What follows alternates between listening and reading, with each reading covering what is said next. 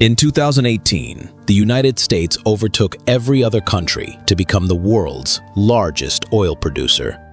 Just a year later, it broke a record never seen before, pumping 12.3 million barrels per day, more than Russia, more than Saudi Arabia, and more than experts had ever thought possible. Even after the chaos of the pandemic, when oil prices briefly went negative, American production bounced back and continued to grow. And here's what makes it even more remarkable. While output soared, the number of rigs actually fell. How? Because the technology behind extraction had become dramatically more efficient. Each rig could now pull far more oil from the ground than ever before. This transformation was the result of a technological revolution decades in the making. For years, everyone knew there were vast reserves of oil locked in U.S. shale formations. But the problem was access. The oil was trapped in rock so tight it couldn't be profitably extracted with conventional drilling. That changed in the early 2000s, when pioneers like George Mitchell perfected the use of hydraulic fracturing, injecting a mixture of water, sand, and chemicals at high pressure to crack the rock and release the oil. Combined with horizontal drilling, which allowed wells to snake through the layers of shale, this unlocked reserves that had been considered unreachable. The results were explosive. The Permian Basin in Texas became one of the most productive oil fields on the planet. North Dakota's Bakken Shale turned small rural towns into modern-day gold rush sites, drawing workers from across the country and filling state coffers with tax revenue. Texas alone now accounts for nearly half of all U.S. crude production, a level of concentration few imagined possible. The U.S. oil industry had been given a new lease on life. With this boom, America transformed from a nation dependent on imports to, for the first time since the 1940s, a net exporter of oil. But here's the paradox. Despite producing more oil than it consumes, the U.S. is still one of the world's largest importers, second only to China. This confuses many people. Why would a country that produces so much still need to buy so much from abroad?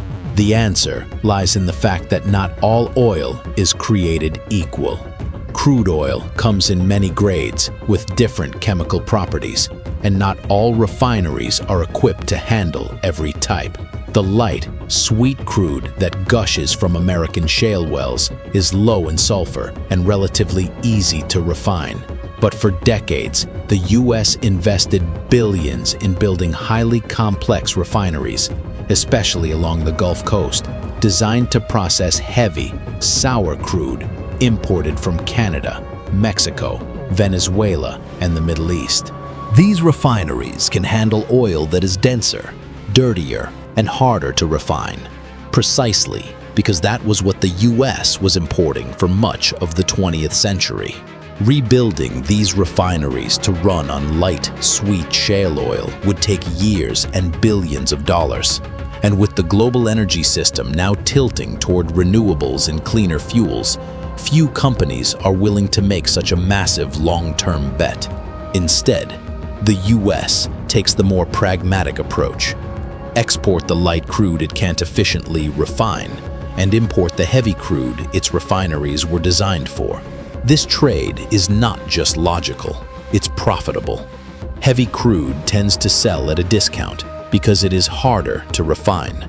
U.S. refineries, among the most advanced in the world, are able to turn that discounted crude into high-value products like gasoline, diesel, and jet fuel. At the same time, selling light shale oil abroad generates steady cash flow. The strategy maximizes the value captured from every barrel, protects refinery jobs, and maintains America's role as both a producer and a processor of oil. There are also logistical and geopolitical reasons. The U.S. energy system was built around certain flows, pipelines leading to hubs like Cushing, Oklahoma, and export terminals along the Gulf Coast. These cannot be reconfigured overnight. Meanwhile, U.S. exports have become a lifeline for allies, especially in Europe after Russian oil was cut off. Supplying allies strengthens Washington's geopolitical influence, proving that energy dominance is about more than just barrels. It's about leverage. But how sustainable is this boom? Shale is unique. It can be drilled quickly, with wells producing almost immediately. But the decline rates are much faster than in traditional oil fields. That means new drilling must constantly replace old wells, just to keep production steady. The industry's answer has been consolidation. Big oil companies now buy up land from smaller players, drill longer horizontal wells, and use scale to cut costs. Fewer rigs are active, but each one produces more. The U.S. Energy Information Administration projects that production will peak around 2030 and then hold steady for decades. Not because of infinite growth, but because of relentless efficiency improvements. Challenges remain, and they are serious. Fracking has long faced criticism for its environmental costs. Methane leaks that trap heat 30 times more effectively than carbon dioxide. Flaring that wastes gas and pollutes the air, and enormous water usage that risks contaminating groundwater. Political uncertainty also looms large. A future administration could tighten regulations, restrict permits, or accelerate the push toward clean energy. And renewables, along with nuclear energy, are becoming cheaper, more reliable, and more politically favored. Still, even in a world transitioning to clean energy, oil will not vanish overnight. Aviation, shipping, petrochemicals, these industries will need liquid fuels for decades to come. That is why America's oil strategy is pragmatic.